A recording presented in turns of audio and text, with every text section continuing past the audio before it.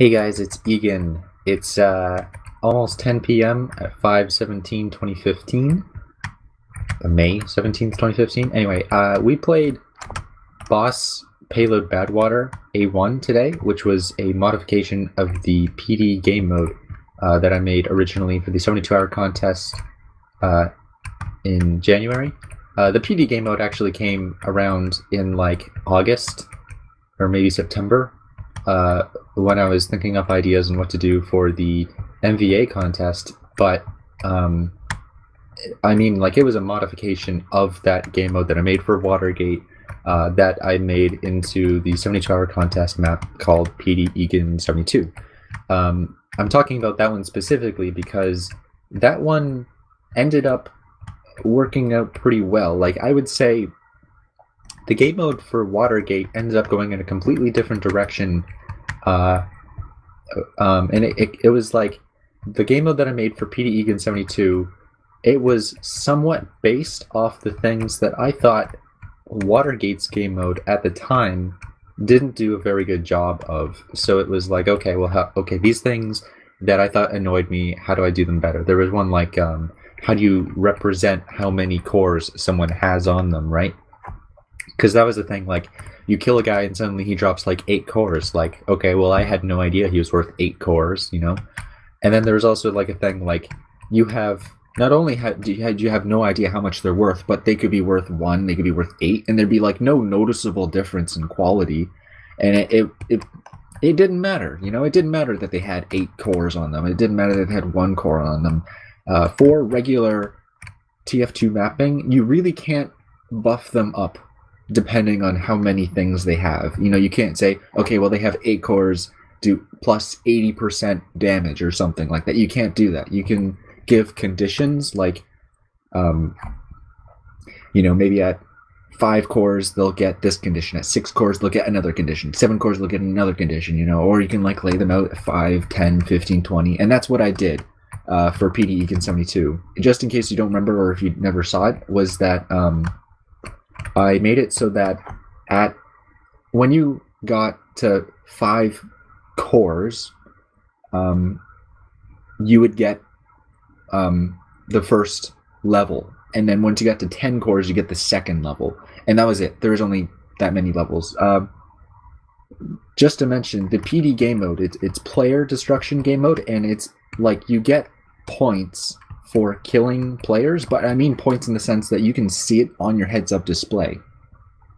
Like, you can see loot or points or kill streak, and then like a dash, and then your actual kill streak on your heads-up display, and that's using the game_player_kill trigger brush. You can just search game_player_kill into Google, and like with TF2 or Valve next to it, and then it'll come up with some very old Half-Life 1 threads talking about how to, you know, every time someone gets a kill, do something to them or whatever. In this case, we just fire their users' commands, which we give outputs for when they join the map. Like on user 3, we tell them to go up a level, for instance. I think it's actually on user 2, but that doesn't matter. Yeah, so that's what player destruction is. And that's the game mode that I used in this Boss Payload Badwater. And so the game mode worked pretty well on PD Egan 72. There were some problems with the map, though. Like, a couple people mentioned that, like, the game mode is a great idea, but then the map design wasn't very good. Like, and I kind of agree. Like, I mean, it was a 72-hour contest, and I made the layout for the map that morning of the contest. It was at 4 p.m. and I made the layout at like 11 or 10 a.m. So it was like at school that I made it. So I made it in like 2 hours, like 4 hours before the contest started. So it wasn't particularly well planned out. I thought it was okay. Like, the elements that I wanted to focus on in player destruction, I thought the map did that pretty well. But yeah, the point is, it wasn't a very good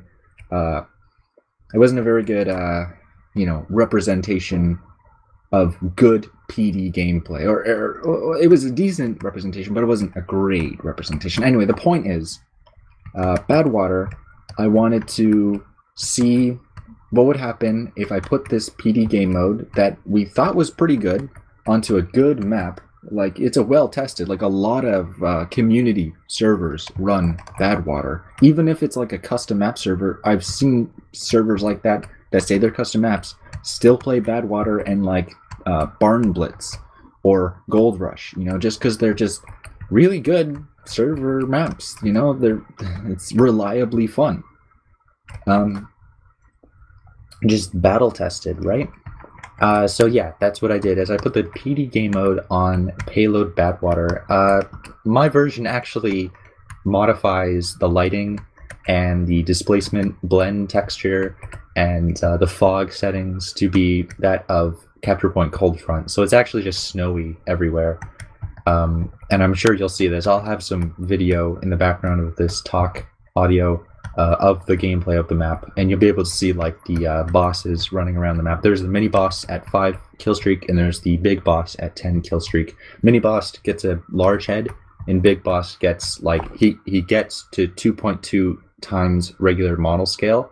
But that's, I'm sorry, I'm kind of like OCD. I want to get into the specifics of that quickly. Like, it says 2.2 model scale, but I've tested it. It's not actually 2.2 times 1, you know? It's not like, if 1 was the regular scale, which set model scale 1 does get you to regular scale, 2.2 set model scale does not get you to 2.2 times the regular scale of the player. It gets you to like, you know, 1.5 or something. For some reason, it doesn't actually just multiply the scale up by whatever. It's apparently much more complicated to just do something simple like that, because it's not actually that. Point is, I put the PD game mode on Badwater, and well,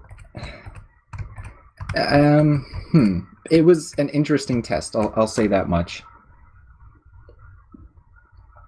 Okay, so something that we figured out through the test. I should mention too that PD Egan 72 with the original modified PD game mode, the method that you scored points, the objective of the map was that when you killed someone, it would just spawn a robot destruction robot core on top of the player who got the kill. So if you got a kill, you just gained a point for your team automatically. And I did a thing like whoever was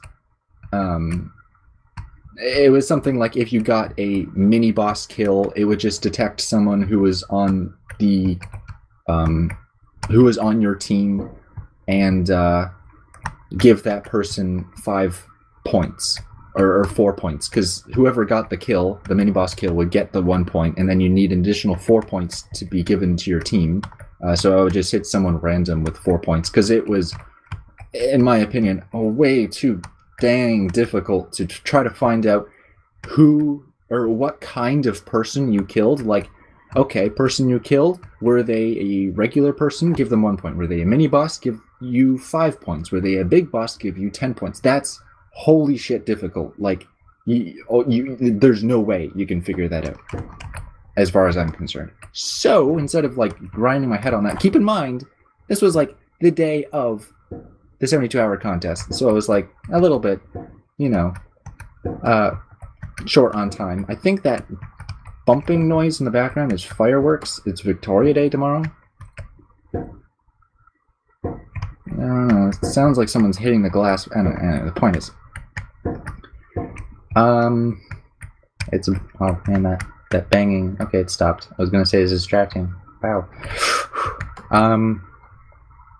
Yeah, so the objective of PD Egan 72 was just kill people and you get points for your team.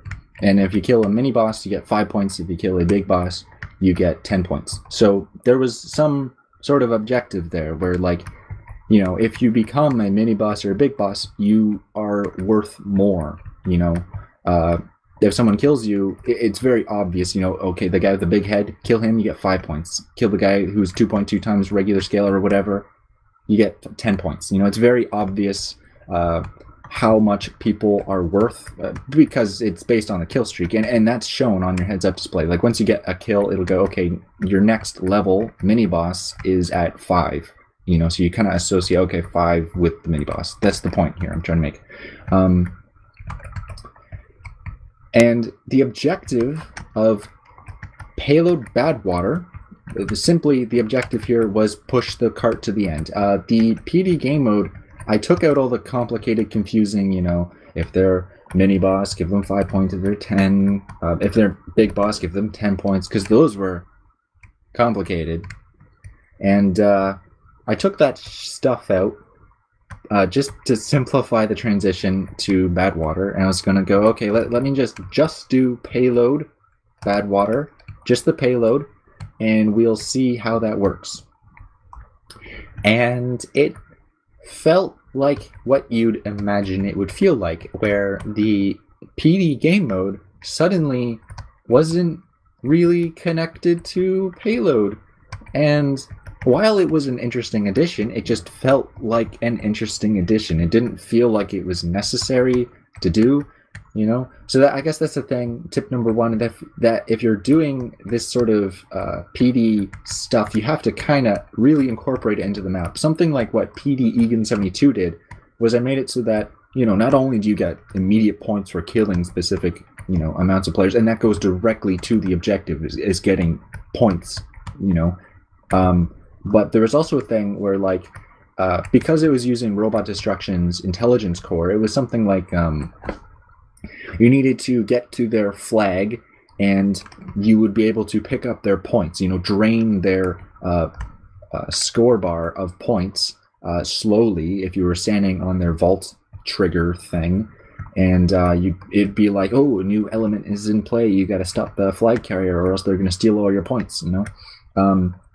So that was another thing, but I also made it so that in order to get to that flag, you had to bring a mini boss or a big boss, any type of boss, over to like an elevator platform and like lift up a cage, you know, like almost like a seesaw, lift up a cage that was protecting the intel. And that worked pretty well. It was really dang difficult to do. Like no one really ever did that. And like in 6 24 player, you know, full server TF2 map server playtests, in 6 of them, full playtests, like 20 minutes, I only saw people lifting up the cage 3 times, and then I only saw someone actually capture the intelligence once, maybe twice. Point is, it was hard. It was hard to get into the base. That could have been the map layout fault, just because it was hard to get into the base. So I would change that if I was going to keep working on PD Egan. I was going to redesign the entire last area of the map. What am I trying to prove here? I guess... Sorry, I lost my train of thought. I kind of went off, stemmed off, and I kind of lost where I was going with this originally.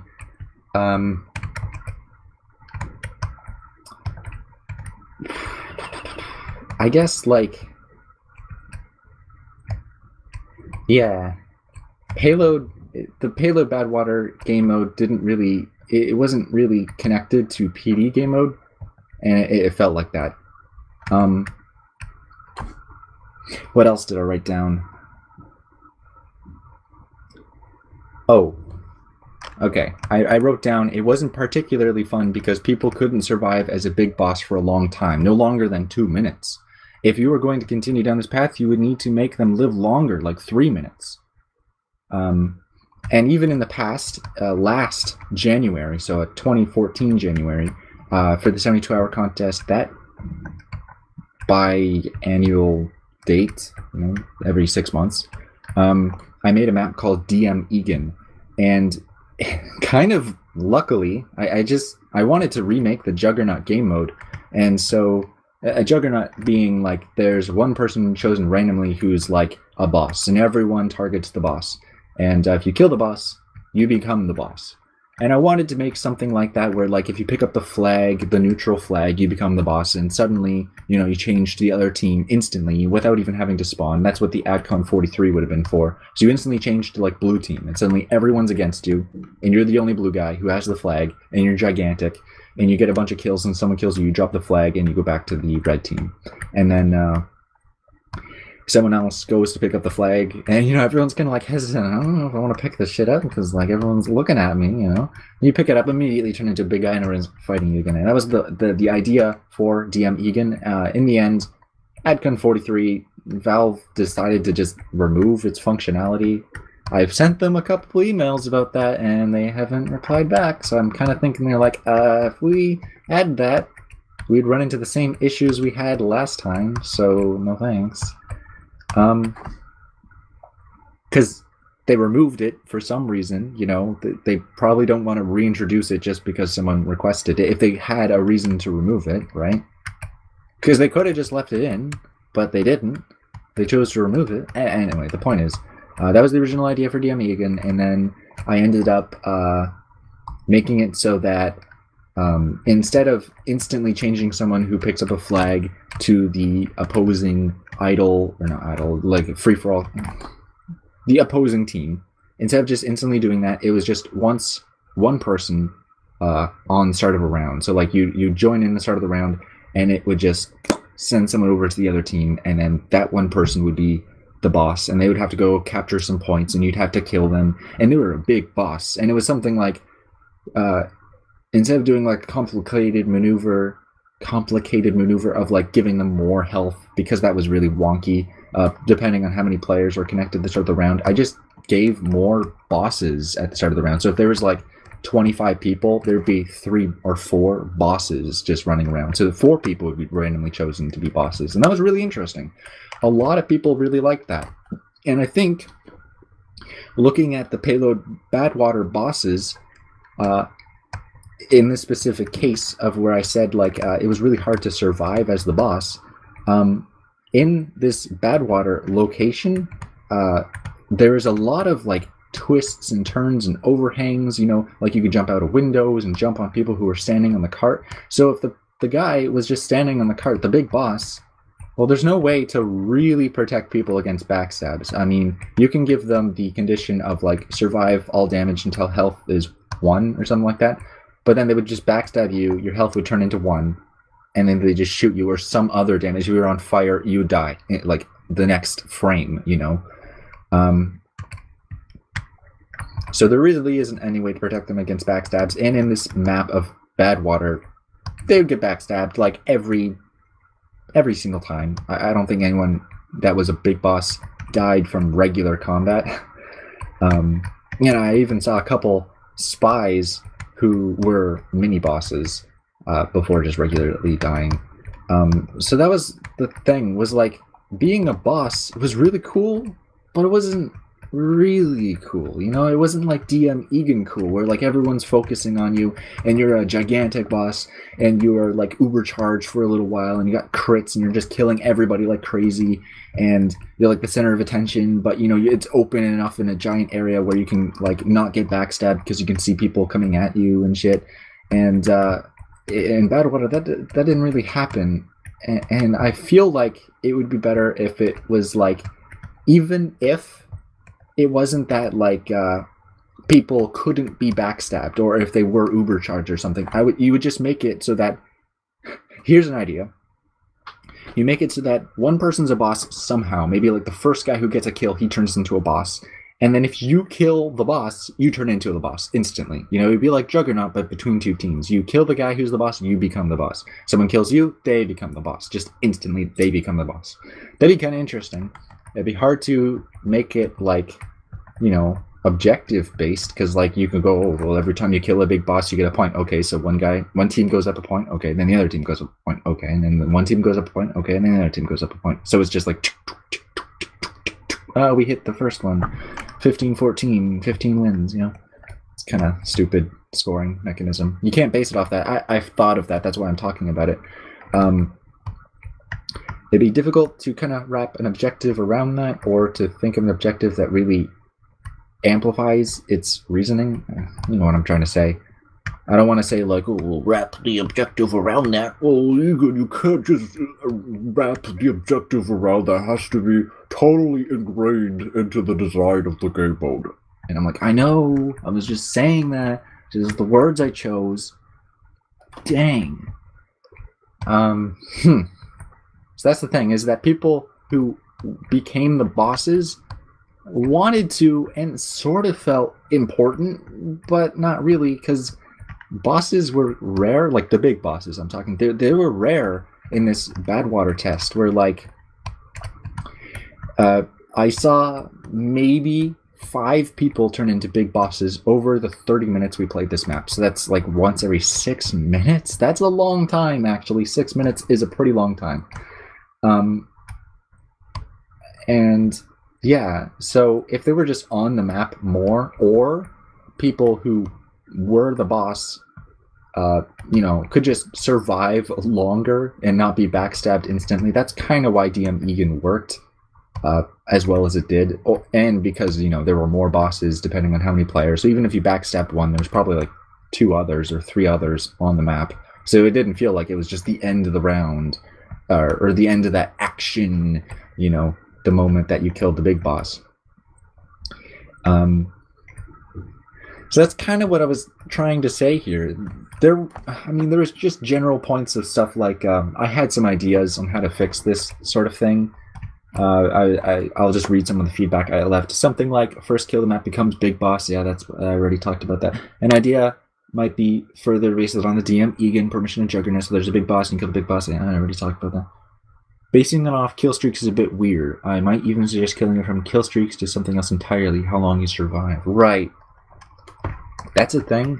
Is basing off who becomes the big boss or a mini boss. Basing that off of kill streaks is a little bit funky, because the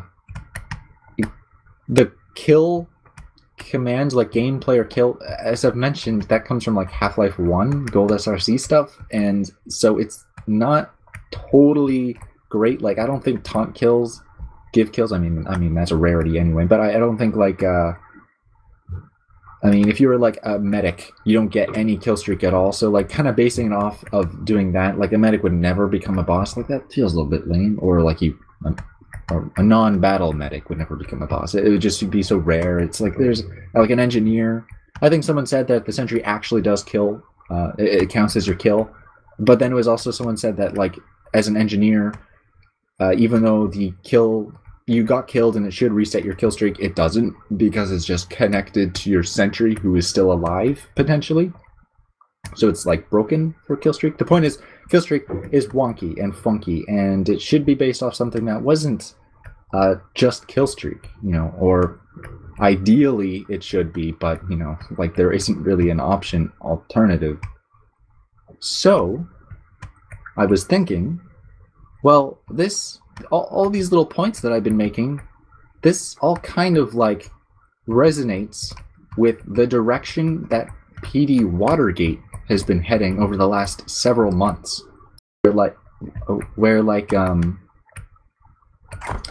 Where we've, instead of doing it based off kill streaks, you know, you kill a guy and he drops like 8 cores. Instead of doing that, we make it so that whoever has the most amount of cores, we call it beer now, in just the narrative sense of Watergate, whoever has the most amount of loot or whatever, beers, you can see that through the walls. Like for each person on each team, whoever has the most amount of those loot things, those collectibles, those beers, whoever has the most, they become the team leader, and you can see, okay, they are the team leader, oh, and they have 8 on them or whatever. So it's just very obvious that you can see exactly how many things they have on them, you know?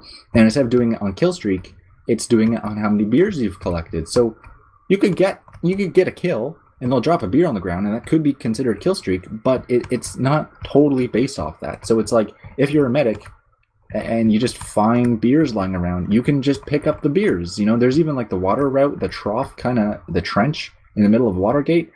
And you just go down there, and there's like a couple beers just sitting out down under the water, and you're like, all right, 4 beers. You know, that, I mean, if you're a medic, that's worth something. It doesn't give you like 5 mini boss, 10 big boss, but you know, it's something that isn't based off kill streak is what I'm trying to say. That's pretty good. Also, the idea of like making it so that people who are bosses feel better, you know, and that there's always a boss on the map, you know. Well, in Watergate, the team leader, there's always someone who has the most amount of beers on a team, generally. I mean, eventually, very quickly, someone who doesn't, or a team that doesn't have any beers will probably pick up 1 beer just after 1 kill streak. So suddenly there's another team leader for their team. And while they aren't like grown in size, or their head isn't grown in size, they do get the outline and the number above their head to both teams. So you go, okay, there's our team leader, and he gets the dispenser, you know, the team dispenser.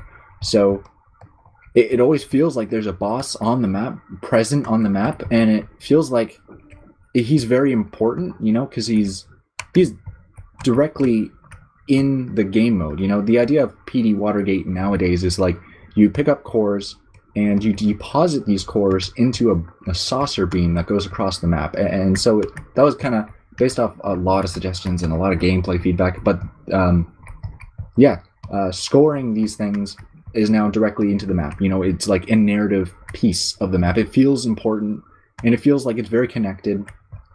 And a lot of people like that idea in PD Watergate, where like if you have a lot of risk on you of these cores or these beers, you're able to get rid of the risk. You can actually just drop the item with the drop item command, because they're based like a flag, basically. They're essentially like flag items. So you just drop the command, you drop the beer on the ground, and then you know, you drop all your beers. If you had like 16 beers, you drop all 16 beers, and maybe your teammate can pick up the beers. Or if you want to hide it in a corner somewhere because you're about to die, you can just drop them off in a corner, and then you die, and you go back and pick them up. That's an interesting thing. But yeah, it really feels like the things that I criticized Watergate originally for, I fixed in PD Egan 72. And then the things that went wrong in PD Egan 72, I tried an experiment with in Boss Payload Badwater. And then all of these experiments combined, I realized that it's all kind of not necessarily pointing in the direction of PD Watergate, but like the answer, or one of many answers, at least like a solid answer to these questions, is PD Watergate currently. Like the revamped game mode. So yeah, you could probably think of some other way to do it, probably, but like this is, Watergate's doing pretty well, you know? Like, I was a little bit questioning of it just because I've been working on Watergate the last fucking 4 months or something. Like, I'm talking straight, like 8 hours a day, every day for the last 4 months, maybe skipping a couple days, but you know what I mean? Like, oh, tiring, and I just want to play it, and I was tired, and oh, come on, like, is it working yet? Yes, I think past me, I think it's working. I think it's in the correct direction. And that's generally what I've been wanting to say, I guess. I don't know how long this recording is. Probably close to 30 minutes. I'll probably use like all the footage of the map. But yeah, that's what's going on. I think PD Watergate is doing pretty well. I just wanted to talk about the game mode of PD and what I felt today with the test on Boss Badwater. Because I feel like I'll probably forget tomorrow or the next day. Just generally, I wish I would have recorded this. And I think, yeah, that's about it, actually. If you have any questions, just leave a comment, I guess, in the video, and I'll try to answer it as soon as I can. Thanks for listening.